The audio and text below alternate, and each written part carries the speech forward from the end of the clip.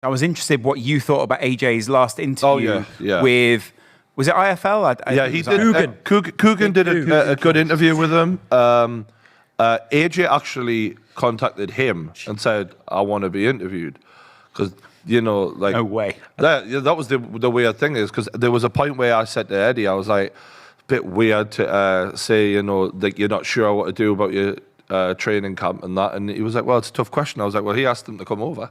Yeah. You know, like, it's a bit of a weird one, but... Can I just say, you know, when he asked him to come over, that makes that even weirder. I thought this was like some sort of press event where he was sort of forced to say something. Yeah, it did look... The fact that he went, I've prepared for this, and then did that. So that's the thing. That's even weirder. It came off like it was an impromptu, you know, situation, whereas actually AJ, clearly in his head, felt ready to answer the questions.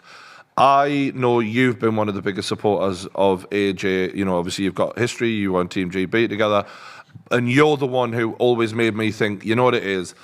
AJ has got a chance against Usyk, despite what I'm thinking in my own head, because you've seen him way more than I have. But even after that interview, I remember you saying to me, I'm not sure about his answers there. Like, yeah, I mean, it was a very confusing interview. I mean, it's almost like he was unsure himself. He was almost searching. He's always kind of been like that, searching for answers. And I think early on in his career, I seen that as like he was a sponge. He was always looking for information to improve, to better himself. And that's what I always respected. It didn't matter how high he got and how further up the ladder he went. He was always looking to better himself. And physically, he's got all the attributes. He is an intelligent fighter, but the problem he's got is I think he's a bit of an overthinker, and obviously he's kind of got to the stage where he's got the means to have he's got the money to bring all these various members onto the team. And essentially, I think after his first loss, he was trying to find the answer. What can he bring on board to kind of improve him, to better him, to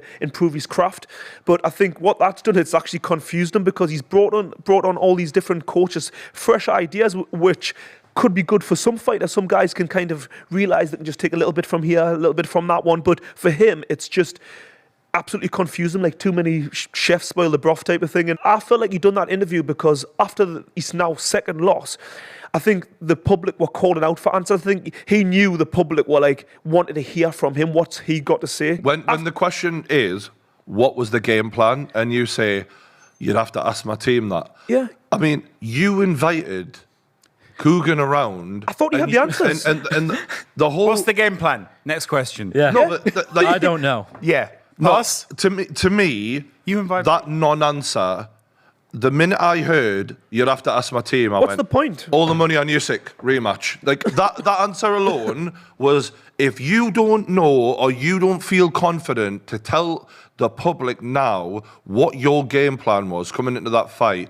and you're passing the buck onto your team, I just thought, like, what champion, what true champion. And to be a champion, you have to be a leader of your team. You have to know what the fuck you're doing in there. I cannot fathom what on earth was going on, because I can't imagine Tyson Fury, Usyk, any top fighter I've ever watched come out after a fight and basically say, I don't fucking know. It's crazy. I mean, like champions who've defended the belt and got to that level, they know what needs to be done. And that's the biggest confusion for me. He's got the experience now. He's been in the deep end on a number of occasions. Like, he's got enough experience now to say, right, this is what I need. This is the exact type of coach I need. This is the part of my game I need to work on. And I don't think he has. And I'll tell you why.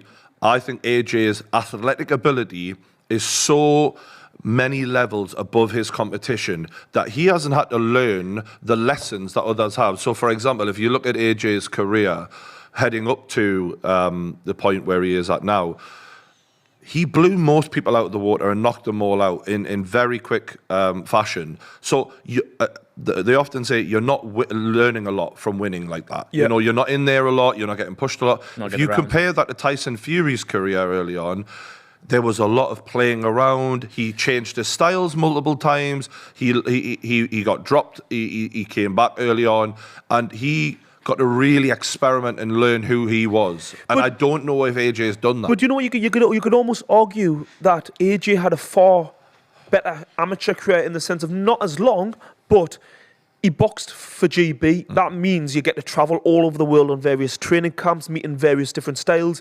He went to other multi-nations. So in a way, he's actually, as an amateur, he's had a lot more experience in terms of different styles. So really, there's not many styles that he hasn't met in the amateurs. And he's had, like I say, he's had the best team around him, strength conditioning. I just feel he's got enough experience at this stage in his career. He should have, yeah. But like you say, almost by having the options, it's kind of limited his experience to actually to use his own mind to kind of make the decisions. He's had the ability to just say, right, I've got a team, you make all the decisions, I'm just going to go in there and do what you tell us to do. He hasn't actually developed his own mind. That's how it seems. And I mean, you've really nailed it in my opinion there, the developing your own mind thing, because he is so athletically gifted. We know it's very straightforward how he beats people. Yeah. You know, he throws that great 1-2, you know, and It's predictable. Yeah. He hasn't had to develop different. He hasn't had to learn how to box on the front foot, back foot, low guard. It works. He hasn't had to really. It works because when you're faster and more powerful than 99% of the competition, you are going to win by raw horsepower a lot of the time. Yeah. And to me, whenever I've watched AJ, it's a case of he gets ready to pull the trigger. He goes for it, he unleashes hell on them. If they survive that, he takes a couple of rounds off, and then he pulls the trigger again, and then they're pretty much not there. On the occasions he's gone to a decision, it's because he hasn't committed fully.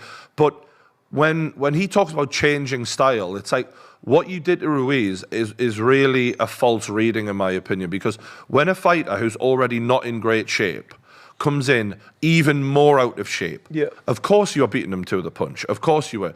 He got those belts back, but he didn't really exercise the demons. He didn't really show anything different. You didn't go there and beat the guy who beat the hell out of you. You went and robbed your belts back because he was too fat and slow to catch you, you know? It's difficult because in the second Ruiz fight, I know a lot of the fans weren't happy because people want to see you go and rip your belt back. They don't want to see you go to a points decision where you play it safe. That's not what the fans want to see. But I was impressed that he did.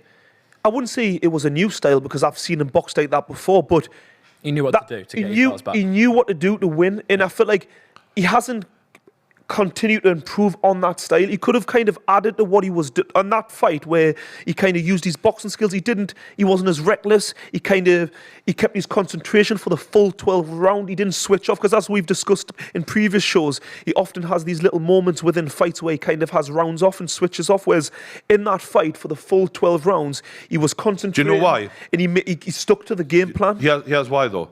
He didn't pull the trigger. What I'm bringing this back to is courage, basically, did he have the courage to go and do to him what Ruiz did to him? And at the end of that fight, when he goes, and in the third fight, then I'll go to war. And it's like, guess what? Third fight's not happening. Third fight will never We're happen. running away from this fat little Mexican as quickly as we can. It's difficult because I understand he had to kind of get the belts back. But what I wanted to see, as a boxing fan, he didn't get hit as much. He kind of got the belts back. He outboxed him, whether it was because Ruiz wasn't in shape.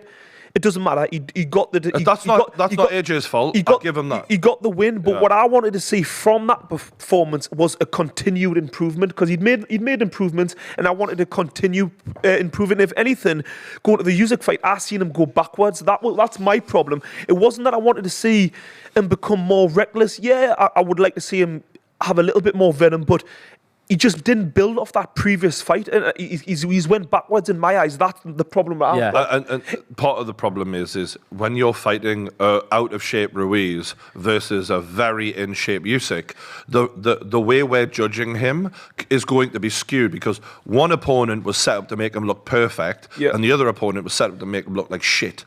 And the thing about AJ is he's nowhere near as smart as Usyk, in my opinion. Yeah. And that interview proved it to me. Yeah, and the funny thing is, going into that second Ruiz fight, it was clear what he needed to do to get the victory, and he definitely took the safest route that was going to almost guarantee him a victory. Yeah. But with the Usyk, What's the safe route? What is it? Safe route is exactly what he did. He was out of shape, so he just jabbed his head off for 12 rounds and got a unanimous decision. But what was the weird thing about the Usyk fight is he tried to do the same thing. Well, yeah, he tried to outbox him, but it was so in his mind. This delusion that he is somewhere like even comparable to Usyk when it comes to actual boxing. I still think when he fought Usyk, there was a lot less commitment. Even against Ruiz, there was times in that second fight where he did try to, like, I seen him pull backhand. Like, I seen him some counters where he did commit that little bit more. Do you know why, though? Yeah. Speed. Because when you've got a speed advantage on Ruiz, you can have a bit more confidence to let that go. True, very true. I feel like Usyk was beating him to the punch and getting him thinking so much and moving so much that Usyk basically bedazzled him a bit. He was like, where the fuck are you? Okay, so your world level fighter, which he is, he's fought all over the world as an amateur. He's fought. He's in GB with. He fights with a GB train. There's loads of amateurs come in that gym, like heavyweights, cruiserweights. I've been all over the world and seen the top level fighters. Usyk's great. I'm not saying this guy's as good as him all over. I'm not saying that, but he could have replicated his style, whether they were southpaw or orthodox. But in terms of the speed, the movement, the raise guys out there. Why didn't he bring in? He's got the money and the means, so I don't feel like it was an excuse. My theory is that if we are going to say what AJ's weakness is, I think it is speed. It's trading with AJ and having the speed to beat him to the punch. Because if we look at in the amateurs, he was stopped by a smaller guy who was quicker than him. Ruiz, smaller, quicker, and until he got really fat. If you look at all the guys that he fought I wouldn't even say they were quicker. It was more the style of the fighters. There were more guys who were small. They had the low crouching style in through the looping shots. It wasn't a Usyk boxing style. But he's a totally different style to the guys that he normally struggles with. I just feel as if I don't even feel like he needed to do anything spectacular to win against Usyk. Had he just had a bit more commitment on his jab alone, I think it could have been a different fight. Because you see in the state of Usyk's face at the end of the fight and how much success did Joshua had? Very little. So had he just done that little bit more, had a little bit confidence even in his jab alone, I think that would have opened up doors and it would have been money in the bank later on in the fight as the fight went on. I thought Eddie made a good point about it, to be fair. Eddie was just like, look, you got to put a dent in this guy early doors. Like, what the fuck are you waiting for? It wasn't anything. There was no scientific game plan that was required in my eyes. It was just use your physical attributes, and that didn't mean roughhousing. I wasn't meaning that. Just use your height advantage and your solid jab and use it. Be busy with it. Touch him anywhere because it would break a smaller man down. AJ's been a bit around sampling some of the training in America, and then he was asked in that same interview, like, what do you do then if you want to? And he was like, well, I'll have to see if McCracken is okay with me going with this. I'm like, what? Everything he said was confusion, wasn't it? It was mate. After every question, Coogan literally goes, "You're right, mate." And he brought Coogan to interview him. He's the one that invited Coogan round. He literally keeps going, "You're right, mate." And he goes, "Yeah." Mexico. There comes a point where you're like, I've said this before. I think he got lucky with that he had Coogan in front of him, by the way, because other interviewers, and I don't mean that Coogan fed him softballs, but Coogan's a friend of his, clearly. They've got a great relationship from way back. Other interviewers would have chewed him up and spat him out. At the end of the day, he's his own man. And it doesn't matter how loyal you are to your coach. It's not a case of that you need to disrespect him. You just have that that nice conversation with respect and kind of say, look, something's You're in not... the driving seat. Yeah, something's not quite right. Yeah. I think I need to either... What's wrong with me? I need to find a new coach, and that's nothing personal. It's just a case of something here isn't working. That's all he needed to do. It's this loyalty thing that I go back to what I was saying before. Loyalty is just so prevalent in boxing, and that's the thing. I just can't imagine AJ dropping Rob. But this loyalty thing is if you drop someone on the slide. I can't imagine dropping anyone at the minute. Sorry. It's a good boxing. It's worked for Tyson Fury though. Tyson Fury going now working with Sugar Hill. It's worked for him. I believe.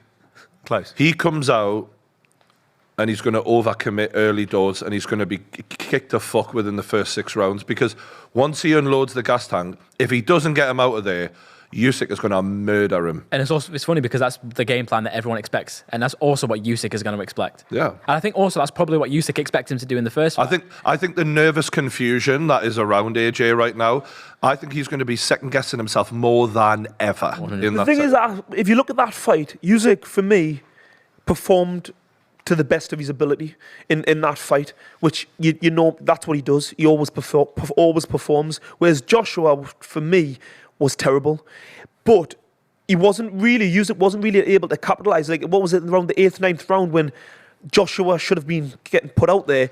He wasn't really able to capitalize on it. I don't think anyone let their hands go fully though. That's when you say best of the ability. I don't think either really went for the kill. But this is my point. I think Usyk would have had he been able to get him out there, but the little bits of punches he said that he was Joshua told was. Not to, you know.